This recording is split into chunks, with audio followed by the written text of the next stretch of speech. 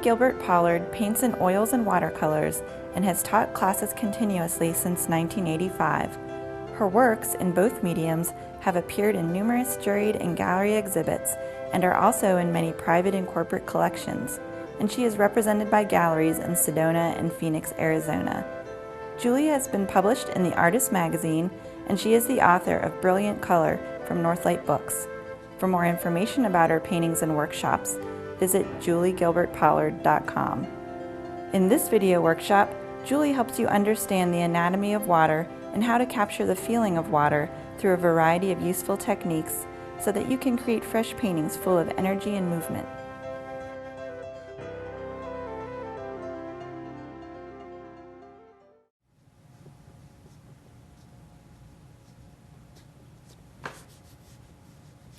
Taking the mask off before you're too far into the painting also helps keep those mask shapes from looking quite as stiff as they are going to look if you just paint all the way to the end without taking it off. I'm going to soften this edge right here. Looks a little stiff to me. You can still see the shapes.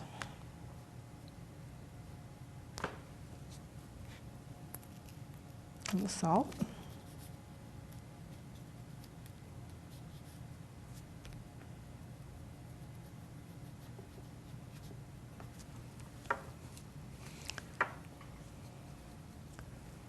So make sure that you bring this wash of slightly darker value all the way down to the top of this lacy skirt. You can think of it as the ruffle as we've been thinking about it, or you can think of it as this other lacy skirt that's coming across.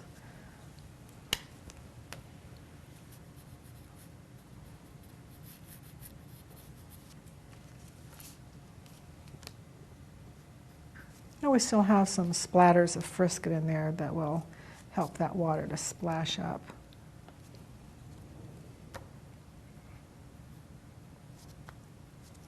Give it a little shape there.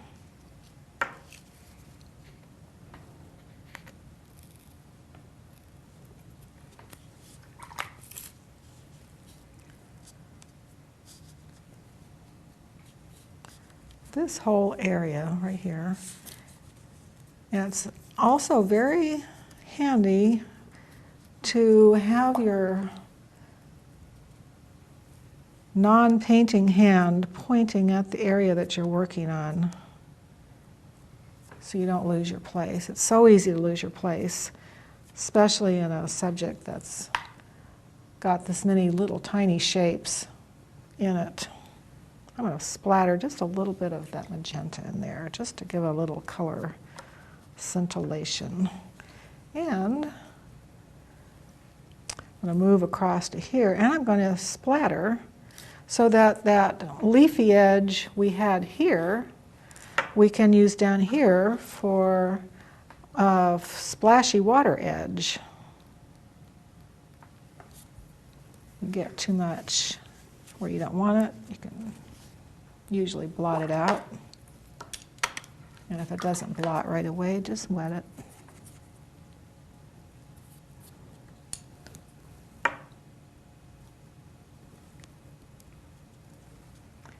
I'm going to use that splatter, pull those puddles together a little bit.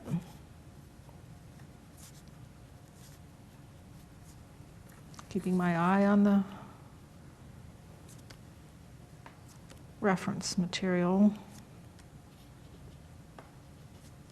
And again, moving my brush in the direction of the movement that the water is actually taking.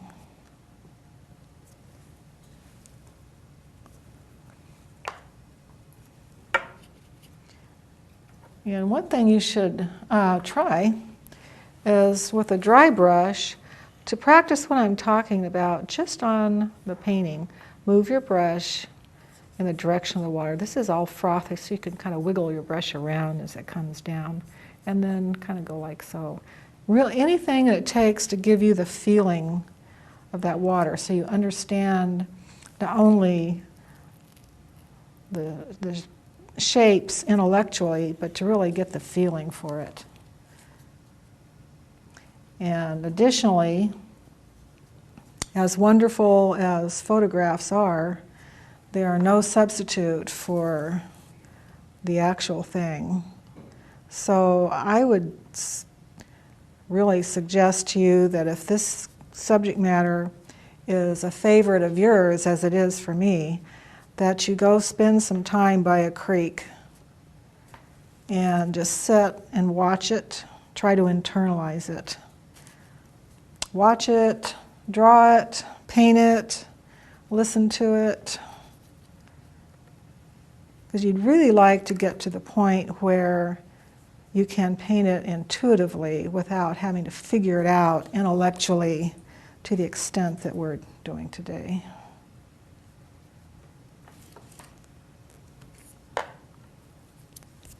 To keep drying my fingers so I don't get the salt all wet.